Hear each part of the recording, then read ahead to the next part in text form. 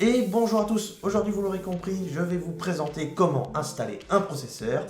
Pour ce faire, je suis accompagné du gigantesque i9 9900K, un processeur avec 8 cœurs, 16 threads et 16 émaux de cache, un processeur qui a une fréquence de base à 3,6 GHz et qui peut monter en boost jusqu'à 5 GHz, le meilleur processeur au monde pour le gaming et un processeur excellent en montage vidéo et en multitâche.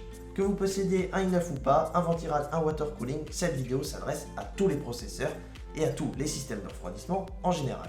On se retrouve au-dessus de la carte mère. Vous avez pu voir les petits détrompeurs à droite et à gauche du processeur. Ce sont des détrompeurs qui vous permettent de savoir dans quel sens installer le processeur. Positionnez celui-ci sur la carte mère délicatement et verrouillez-la. Ensuite, que votre processeur soit neuf ou qu'il ait été utilisé auparavant, pensez à nettoyer la surface de celui-ci et à nettoyer la surface de votre système de refroidissement. Pour ce faire, utilisez un kit de nettoyage. Si vous n'en possédez pas, utilisez un chiffon en microfibre. Certains vous diront que du sopalin suffit, mais c'est faux. Le sopalin est clairement beaucoup moins efficace qu'un chiffon en microfibre. Ici, on utilisera une microfibre, l'objectif étant d'éliminer toute trace de gras et de retirer la moindre poussière. Vous pouvez frotter un petit peu. Passons à la pâte thermique. Je vous conseille de la Thermal Grizzly Cryonaut, une excellente qualité, une conductivité thermique importante. Elle propose des performances bien supérieures à la pâte thermique entrée de gamme ou la pâte thermique pré-appliquée sur les systèmes de refroidissement. Pour l'appliquer, rien de plus simple, vous devez appliquer à peine plus qu'un grain de riz au centre de votre processeur, vraiment à peine plus. Il ne faut pas en mettre trop.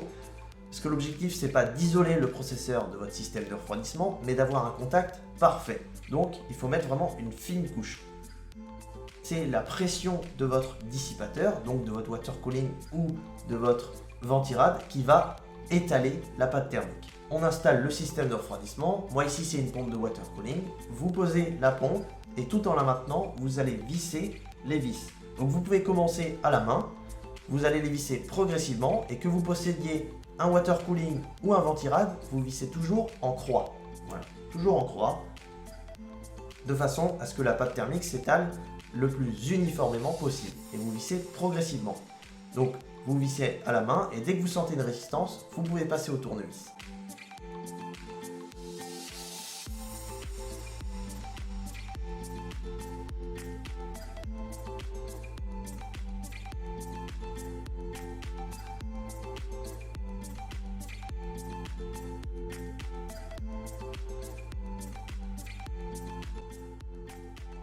Pour finir, branchez la pompe ou le ventirad.